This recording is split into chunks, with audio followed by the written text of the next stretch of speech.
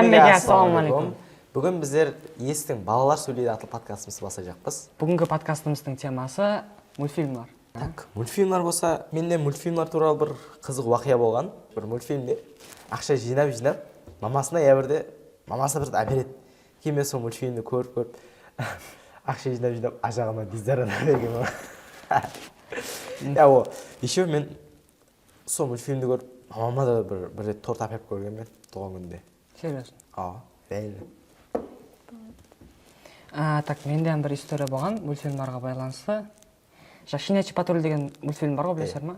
Мен ол кезде кітапмын енді. Сөйтіп пападан жаңағы сол неге байланысты ойыншық әкеліп бер деп сұраймын да, мен жеймін. Потом, бірақ сол уақытқа шейін незакрытый гештальт болып қалды да, енді ол. Менде де болған бір рет щенячий патруль деген айтып мынау. Щенячий патрульді көріп, көшеде щенячий патруль алып жүрмін. Өзің? Өзім, көшеде көрген иттердің бәрін үйге апаратын едігі ішінде қалып. Жиналдың ба сөйтіп? Жоқ, едігі іші бақыт тая жүрді едігі ішінде. Немесе итлерді үйге әкетті. Мен Қытай кезінде ана бір ойыншықтар тарихы деген мультиктағы ойыншықтардың сөйлейтінін көріп тұрып, мен ойыншықтардың өздерін қалдырып, бір комнатада сөйтіп бер жақтан қапыдан қарап тұратын едім. Сөйлей ма деп. Менде де болған. Мен ана сол история юштағы Баз Лайтер бар ғой. Сол ойыншықтан қалайтын. Қазір еще незакрытый гештальт. Несі болады еді ғой? Мен, кстати, ана күні магазинде сондай игрушка көрдім, алғым келіп, бірақ алмадым. Асан болады ғой, маған әкеп беретін ғой. Менде де сол история игрушка айтайын. Ана несі болатын еді ғой? Бір рет қашып кетеді ғой, Баз Лайтердің қасында кім еді? Шериф. Кім еді аты? Шериф. Атын ұмыттым ба? Шериф. Шериф. Сол Шериф бір рет үйінен қашып кетіп, дал-дал болып қалады ғой, сөйтіп оны ремонт істейді, бір адам көріп қалды. Сол ремонт істеген кезде деп ашылатын несі болатын еді ғой? Ана деп ашады ала. Ішінде түрлі инструментлар болады сендер. Қалем анау-мынаулар болады. Сол затын алуды қалайтын едім алдымен. Тоже незакрытый гештальт қой. А мне мечтать дейді. Так, енді қазіргі мультфильмлар менен алдыңғы мультфильмлардың farқы неде? Сіздердің пікіріңіз қандай? Алдыңғы мультфильмлардың мысалы үшін несі болады? Смыслы. Түсінік. Бір ақырында жұмақ шығаратығындай бір зат болады. Ақырында жұмақ шығаратындай бір зат болады. Қазіргі мультфильмдерде бірақ ол заттан ұлымайды. Түсінбейсек, тек кадрлар тез алмасады. Там экшен бір зат, короче, фантастика былай айтқанда. Фантастика. Менің ойыммен анандай да. Мәселен, алдыңғы мультфильмлар сол кішкене балаларға арналған болған да. То есть ақырында бір определенный бір мораль болған, что там достарды құрмет қылу керек, честный болу керек деген затлар болған. Қазіргі мультфильмларда есе кішкене балаларға арналған и үлкенлерге арналған. Те же самые әзіргі популярный болатқан Зверополис мультфильмі. Кішкене балалар оны басқаша түсінеді, а үлкендер болса оны басқаша түсінеді. Қазіргі мультиклар, например, адамдар еріншек болып кеткеннен кейін, қазіргі мультикларды боталардан уже искусственный интеллектпен істеп жатыр да, айымен.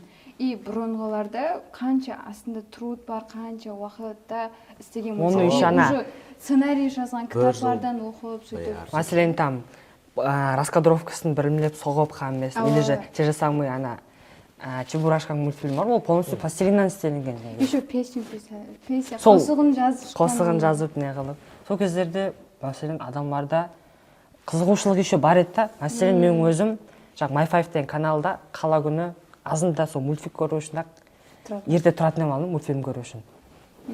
Қазір телевизор көрмеймін бірақ. Сөйтіп бүгін азында тұрып қарадым. Кинотеатрға күнде азында кинотеатрдан береді не? Мультфильм береді. Сағат 7:30 уақытында тұрып қарасам, мультфильмдер қуанып кеттім. Мадагаскардың пингвиндері, соны беріп жатқан екен. Көрдің ба? Көрдім соны. Қызық па? Қызық. Қатты қызық. Бұрында бір тренд шығып еді ғой. Кавасаки. Төрт адам. Ол нешінші жылар? Примерно 2023 или 4 жылар. 24 или 23-те болды. Ал қазіргі трендтағы мәселен, әзіргі искусственный интеллектпен істелген мультфильмларға пікіріңіз қалай сіздің? Әзіргі жасалма интеллектпен істеліп жатырған. Жаман.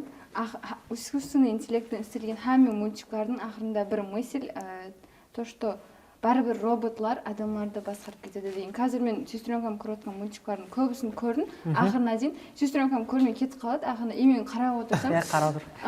Мен қарап қаламын. До конца көрсең, и уже айтады, под конец, типа под вывод дегендей қылып. В целом смыслының астында бізде бар да. Ақырында өз пікірін айтады, мына мультик мынандай хақында айтылып жатыр деп айтады. Вывод бұрынғыларда басқаша айтылған болса, қазір айтады, адамдар барыбір sun'iy интеллекттің айтқандарын қылып жатыр, то есть роботлар барыбір адамдарды жеңіп шығады дегенде прям деп айтады да. Бұлай әкеліп береді да. Нагло айтады. Таш қағазға орамай, не қылмай. Нагло айтады. Вывод, бұл мультиктің ақырында вывод дегенде жаңа роботлар келеді де, адамдарға айтады. Біздер барыбір роботлар бір күн адамдарды жеңіп шығамыз деп айтады. Мәселен, мен ойымша, қазіргі кішкене балалар бар ғой енді, братишкаларымыз, қарындасларымыз. Солар Кокомелон тағы да басқа сондай жаңағы нелерді көреді деп, не? Біздің братишка Кокомелон көріп жатыр еді. Сөйтіп баста игрушка ойнап жатыр екеуміз. Как брат и братишка. Кейін телевизордан Кокомелон беріп жатқан екен. Соны көріп бір қарасам игрушкамен бір өзім ойнап жатқан екен. Кетіп қалған братишка. Ал братишка кетіп қалған, телевизор көріп жатыр бір қарасам. То есть жаңағы Кокомелонда енді жаңағы өзіне тартатығын. Өзіне тартатығындай бір заты бар да. Қосып көп айтылады. Қосып көп айтылады. Но Кокомелонның бір жағынан пайдасы да бар деп ойлаймын. Мәселен, көп қосықлары нелері орысша английский тілде болады. Тіл үйренсе болады. Менің братишкам бар. Қытай кезінен только английский көре берген, английский русский көре берген. И уже үйінде ешкім сөйлемейді оны қаралбақша. И қазір тілі английский болып шықты, сол английский сөйлесең түсінеді, басқа тіл түсінбейді. Қазіргі қысқаметражды мультфильмлар біздердің інілеріміз һәм қарындасларымыздың өміріне қандай тәсір етеді? Жаман, себебі ешқандай мәнісі жоқ. Ертең құр оны көре берсе, мәнісі жоқ затты көре берсе. Шәймей болады, бұған не болады?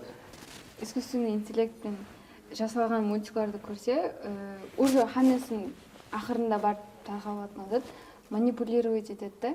Уже жаңағы, как бы сказать, сол кішкене нелеріміздің, қарындасларымызбен інілеріміздің миіне сіңіп қалады негізі сол заттар қайта-қайта көре бергеннен кейін уже зависимостьқа ұқсап, не? Если сол пайдалы ойда істелген мультиклар болғанда, жақсы заттарды өздеріне қабылдап алған болатын еді, и жақсы ойда өскен болатын еді. Қазір олар жасалма интеллекттен істелген заттарды көріп, уже Қытай кезінен ойы бұзылып жатыр. Негізі реально. Бек бала деген мультфильмді білесіздер ме? Қазіргі Өзбекстанда шығып жатырған мультфильм. Таздан шыққан. Сол мультфильм туралы пікірлеріңіз қандай? И в целом пікірлеріңіз? Жақсы, бірақ балаларға ибрат бола алатындай мультфильм ғой. Енді мен өзім Арзулар деген әзір сериясын көрдім да, наққа кеместен бұрын. Енді шыққан сериясы емес па? Енді шықты, таздан шықты ол сериясы. Мен көрмедім, бірақ енді Сіне? Көрдім. Так, онда қазір ноутбукты ортаға қоямыз и біргелікті көріп жұмақ шығарамыз. Bolajonlar, bu gal ham sizga yangi topshiriq bermoqchimiz. Videoda biz yulduzchalarni yashirib qo'ydik. Ana shu yulduzchalar nechta ekanligini siz sanashingiz kerak. To'g'ri javobni esa video so'ngida albatta aytaman.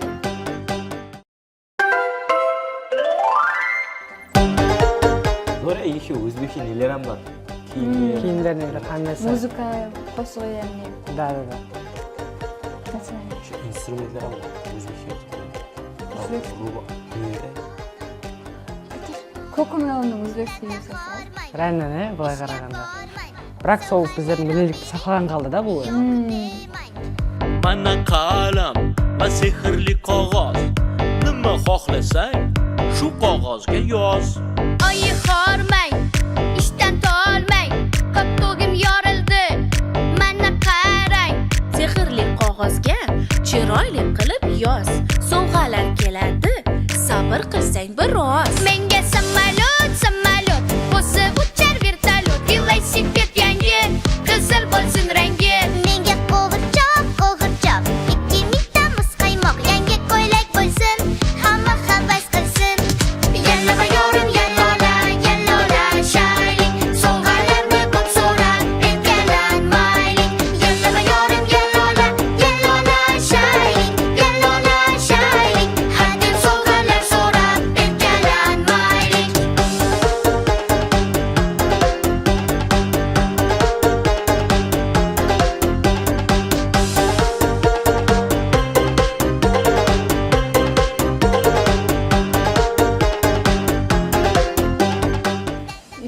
балалар кітті ойын ойнауды жақсы көреді ғой. И басында айтты, жұлдызшаларды санау керек деп. Соям бар да уже. Өзіне қызықтырып қояды да мультфильм. Хаммесі ішіне деп неған Кокомелон бар, Арам Замзам бар, Қосық. Хаммесіні өздеріміздің форматта істеймін. Неше жұлдыз санаңыз? Екеуін Мен екеуін көрдім, бірақ анық. Енді бұл деп ойлап қарасақ, сөздеріне туа беріп қарасақ, ақыл сөздер. Мәселе жаңа қағазам айтып отырыпты ғой, тек өзіңді ойлай берме, қасыңдағылардан ойла деп. Через музыку, қосық арқалы, сол кішкене балаларға, біздердің інілерімізге, қарындастарымызға ақыл үйретіп жатырыпты да енді. И хаммесі сол біздің милилікті сақлаған қалды да. Былай қарасақ интерьерінің, үйдегі суретлерге шекем хаммесі өзбекшенелер.